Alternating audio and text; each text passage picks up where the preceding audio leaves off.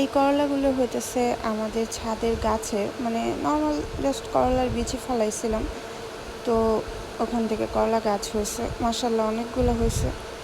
তো অনেকে না করলা তিতার জন্য খাইতে চায় না। তো আমাদের মানে আমার শ্বশুর বাড়িতে এরকম হয় যে গরম গরম করলা ভাজাটা খায়, তো তিতাটাও কম লাগে। আর আমার হাজব্যান্ড এখানে করে কি, করলা ভাজিটাকে চিংড়ি মাছ দিয়ে করে, অনেকগুলো পেঁয়াজ দেয় বেশি করে, তারপর হচ্ছে লবণ মরিচ আর একটু হলুদ দিয়ে, তারপর চিংড়ি মাছটা দিয়ে একটা কি দুইটা নাড়া দিয়ে তারপর নামায় ফেলে।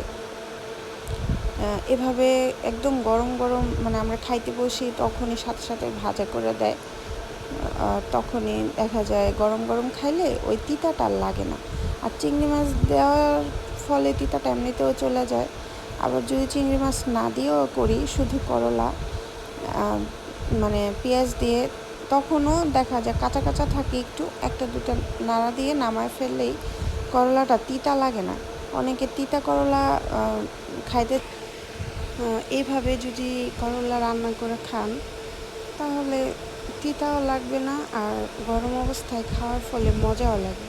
তো করলা আমারও আগে পছন্দ ছিল না, বাট এভাবে খাওয়ার পরে অনেক পছন্দ, এখন ভালো লাগে।